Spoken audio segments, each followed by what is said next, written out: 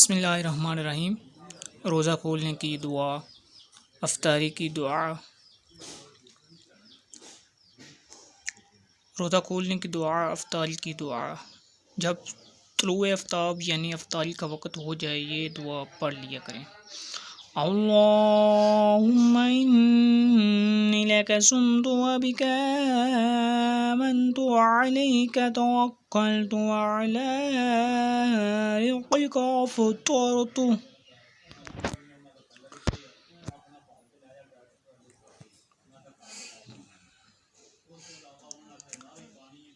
اے اللہ، میں نے تیرے لیے ہی روزہ رکھا اور تجھ پر بھروسہ کیا اور تیرے رزق پر ہی افطار کیا۔